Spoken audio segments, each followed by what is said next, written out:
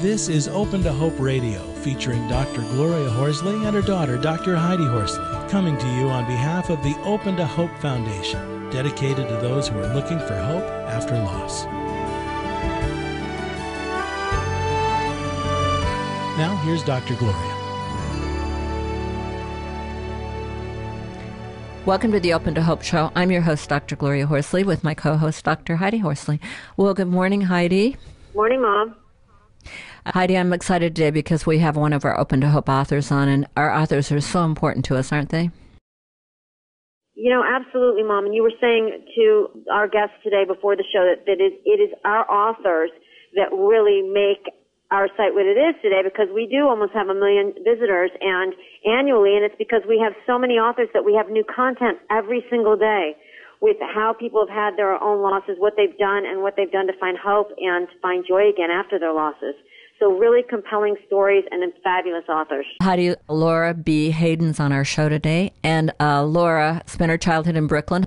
And Laura was there until her teens. And now she's in Enfield, Connecticut. And she and her husband were raising their son and daughter when she was widowed. And we'll be talking about that. And she has written a wonderful book called Staying Alive, A Love Story, which we'll all be talking about that as being a widow and raising her kids. And he died of a blood clot after bypass surgery. And she talks a little bit about that in her book. And also, she had lost her father-in-law. Thank you so much for being on the show today, Laura.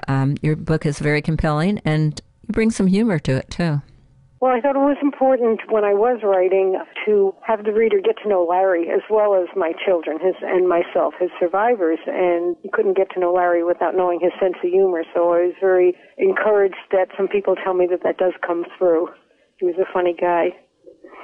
It does indeed. Well, talk a little bit to our audience out there, because I know a lot of them are bereaved, about how old were Connor and Emily when Larry died? You know, Emily and Connor were, Emily was 13 and Connor was 11. We had such a solid family life.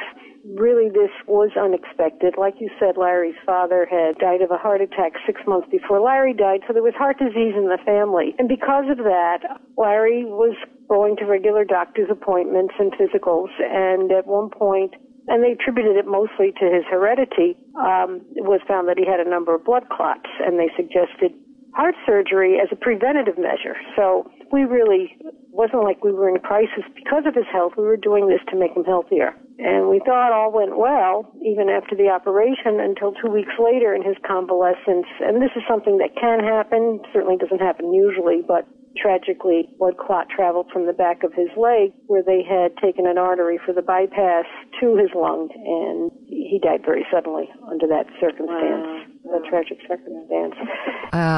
Yeah. And so there you were, 12 years ago? It'll be 14 in a few weeks, actually. Ago. Yeah.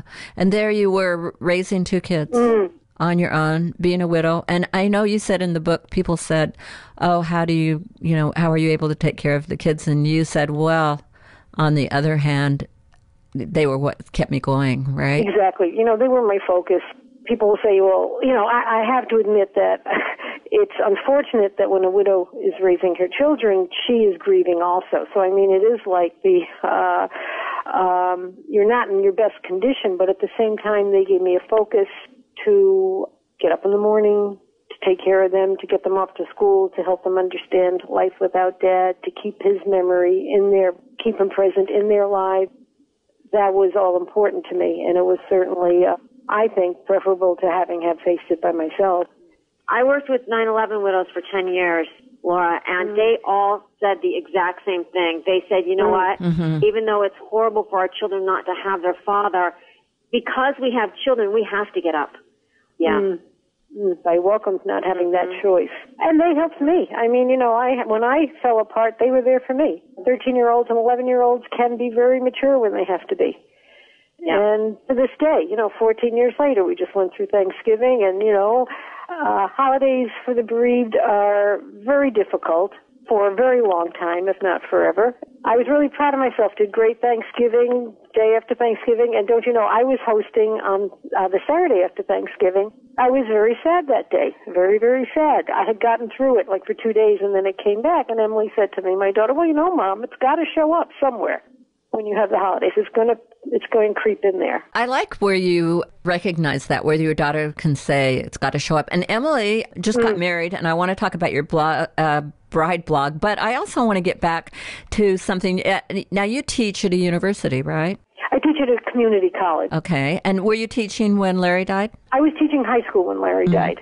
You know, it's funny because I had a teaching career before I had children, which was basically from 1971 to 85. And then I took 10 years off, and I did teach at night at the community college part-time. But the children were just old enough for me to be able to go back to full-time work, and I was in the same school system they were in. Our hours coincided, and our vacations coincided. And I had just gone back the year before. And in a sense, I was very fortunate that I did have a job, because it would have been that much harder to find a job after Larry died in order to continue to raise the family. I mean, Larry was a young man. He did not have a pension. He wasn't eligible for a pension yet at 49. He would have been in a few years, but I would have had to go out and start from scratch, which I can't even imagine. It was hard enough just to go back to the usual full-time job that I had for that couple of years before his death. Mm-hmm. I consider my book a series of linked essays. I mean, it does equal a memoir, but each can be read separately and, you know, have its own message. And the one that is essentially on Connor, and when I was writing, I was discovering, as most writers do, I was discovering about Connor's, more about his grief process, trying to see how he had grown over, because it was about 12 years at that point, between 10 and 12 years. It's funny because in that essay, I discovered some old papers of that Larry had written about being a fan. You know, this was pre-blogging days. Would have been blogs if he was alive today. Right. And at the time, Connor was doing a sports blog, and it just made the connection between Larry and Connor so real for me. And it allowed me to see that even with Larry physically not present, he could so be there for his son. That's wonderful. And I love the fact that you were reading Connor's blog. Well, my kids were both in college when Facebook came out, and I was so relieved that they allowed me to friend them. That's such a neat thing for a parent. Yeah, it is. I was telling Heidi, one of the things that I thought was really interesting in your book was Emily's response to the psychiatrist about going to a psychiatrist. Can you comment on that? Because we do, after our kids die, I mean, or our spouse dies or whatever, oftentimes we are, particularly if you're a professional like I was, you're wanting everybody to go to a psychiatrist or a psychologist. And can you kind of summarize what Emily said about it? Because I think it's very interesting. And how old she was. Hers was a complicated process because she was 13, going on 14 by the time a number of months after Larry died. I didn't want to leave any stones unturned, and I asked them if they would go to speak to a professional. And the deal was that we would all go in together and not separately, and I was certainly comfortable with that. But I didn't know it at the time because, I did know that they were very uncomfortable with it, and they did what they had to do for Mom. And when we left, to be honest with you, the psychologist said to us, I can see you in 6 days, 6 weeks, 6 months, 6 years, or never. You decide, what you need. And she did say that she felt through our discussion that we had covered a lot of very important reflection on what had happened. And as it turned out, we did not go back. Well, lo and behold, when she's a senior in high school, she writes an essay for college entrance, and it's all about this visit to the psychologist and how uncomfortable she was. Basically, I would say, with almost the power structure. A child wouldn't call it that. But, how could this woman know what I felt? Sounds as if she is very, it sounds as if on the surface she's very critical of the process, and yet she goes on to say, she almost apologizes for having felt that way at that time. But then, Emily, she did have bigger problems in college she did see people she was able to be comfortable with on campus, professionals, and we kind of had to revisit the grieving experience then. And so that was even after she wrote this essay. So I'm writing my essay after all the experience, and in the big picture, Emily chose to go into a very related field. She is a child life specialist at I love that. the Children's Hospital in Connecticut. And, she goes on to say, it's funny, I chose this field that I probably would not have if I hadn't gone through that experience with the psychologist to begin with. But she feels like because she was negative, she can kind of anticipate that in the children that she works with. Right. Heidi, does that sound familiar? Oh, is that familiar? That's You mean as far as my experience going to a therapist? Yes. I was thinking about you're going into the field and maybe the therapy part. Also, how we carry it through our lives, which is fine. A 13-year-old or a 14-year-old may not be ready. That's what I'm thinking. I mean, it was interesting how she revisited her grief in college, and like my mom said, and then she went into a field which I think was really informed by the fact that she had lost her father, and now she's helping other kids deal with adversity and difficult things in a hospital setting of all places. No coincidences. I mean, yes, it's absolutely why I'm in this field today, is because I had a brother that died. Had he not died, I would have been an expert in traumatic loss. So, yeah. And you can anticipate the skepticism on the maybe the patient's part. Yeah. Mm-hmm. Let us talk about one of the things that I want to bring out. Heidi, how do you feel about your profession? How do I feel about it? Yeah. I'm not sure what you're asking. I mean, I absolutely love what I do. I think the thing that I bring to the profession that some others don't is I've been there. I understand what it's like to have a loss, and so I tend not to pathologize my clients because I understand what grief looks like. And what I wanted to say about that, Laura, is that Heidi loves it. I can tell. Because I don't want our audience to think that these people, that we're going off into this field because we haven't resolved our grief and we're so sad and all that kind of thing. And I love watching people find hope again, like you, Laura, after serious adversity and losses in their lives. It's such an amazing thing to watch someone go from a place of deep pain and sorrow to a place of joy and hope.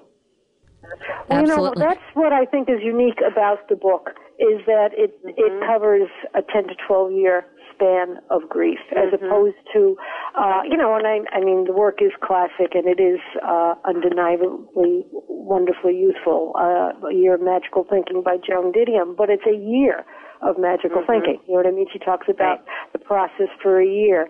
And Joyce Carol Oates, I believe, just came out with a book in the last year or two, A Widow's Life, and it covers 9 months after a widow's story, and it covers 9 months after the death of her husband. And I think in thinking about what I wanted to kind of give back, it was that experience that people don't understand, the long-term grief, that it stays with you past the funeral and past the first year anniversary, et cetera, et cetera. And that it's very, you can live a very high-quality, happy life, but still have that there. Hey, talk to us a little bit about your bride blog real quick and tell us where we can get your book. Laura B. Hayden, Staying Alive on a Love Story. Well, the blog is fun to do. You know, when Emily was planning her wedding, I guess I was finished with the book, but I mean, I do a lot of writing, as I have for your site, on grief, and I said, oh my gosh, I can blog about this happy event, and it's going to be so much fun, and I followed her wedding over about a year and a half with stories that I didn't even know I had in me, because it brought back memories. It was much like the memoir in that respect. Great. And now, how can people find that, your blog? The blog, if you can remember the word Mommy of the Bride instead of Mother of the Bride, I'm sure that Google would bring you right to it. It's Mommy of the Bride at blogspot.com. You can also find it on my writer's website, which is laurabhayden.com, LauraBHayden.com, and you'll have a link to it there. Well, Laura, thank you so much for being on the show today, and again, thank you for writing for Open to Hope. Oh, I look forward to writing more for your site, and I think your site, I wish it was around as accessible as it is when I needed it more, but I love being part of the process, the healing process for others. Thank you, and thanks so much. Thank you, Laura. Thank you both, Gloria and Heidi. It was a pleasure to talk to you. You've been listening to Open to Hope Radio, hosted by Doctors Gloria and Heidi Horsley. Like today's edition, all of our past programs are available on demand at opentohope.com, along with helpful articles, videos, resources, and links to help get you through the toughest time of your life. You can also follow us on Facebook and Twitter and sign up for our monthly newsletter. Again, that's opentohope.com. Check it out today. Then be sure to stop by next Thursday at 9 a.m. Pacific Time when we'll be posting another edition of Open to Hope Radio. Remember, others have been where you are. They made it through, and you can too, as long as you're open to hope.